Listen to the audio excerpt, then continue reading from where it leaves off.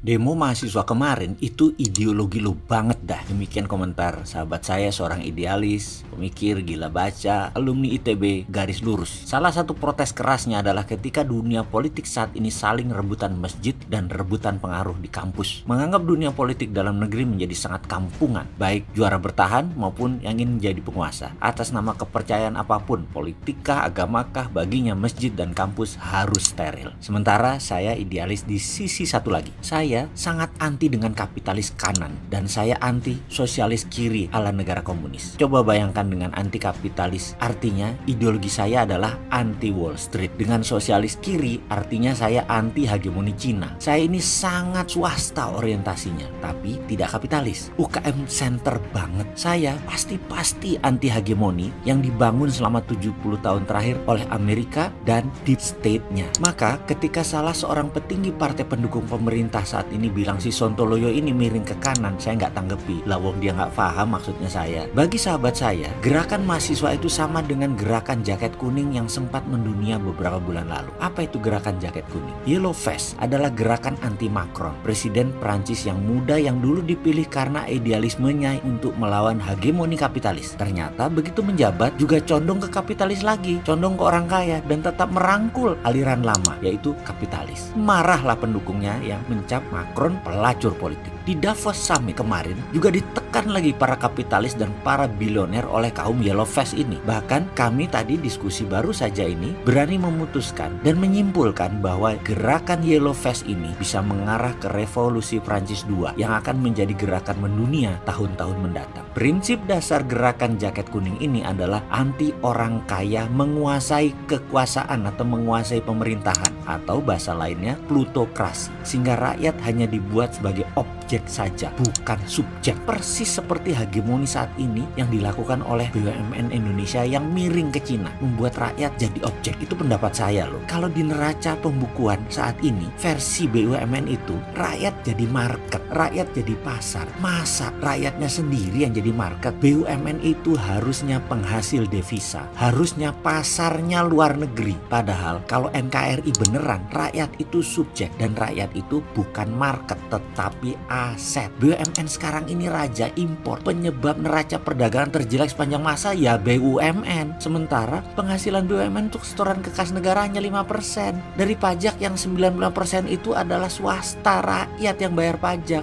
Sementara dari sisi lain, bagaimana bisa dagang swastanya, pasarnya diambil BUMN? Sudah itu keuntungannya disikat lagi sama pajak. Kembali ke arah Yellow Vest yang dikatakan teman saya mirip pemikiran saya yang anti plutokrasi dan anti oligarki. Oligarki adalah sekelompok orang pengatur pemerintahan. Padahal satu lagi, oligarki itu bukan pejabat lagi. Saya sangat mengusulkan ekonomi gaya baru. Tidak ikuti lagi aturan main yang memberi keuntungan asing, memberi keuntungan IMF, World Bank, para kaum kapitalis, kapitalis lokal ataupun kapitalis dunia. Juga state enterprise milik negara lain. Jangan dikasih peluang untung state enterprise milik negara lain tersebut. Kita ini Indonesia. Kita ini menang sumber daya alam. Kita ini menang bahan baku. Kita menang posisi geografi. Sayangnya kita kalah sistem. Gak mikir sih.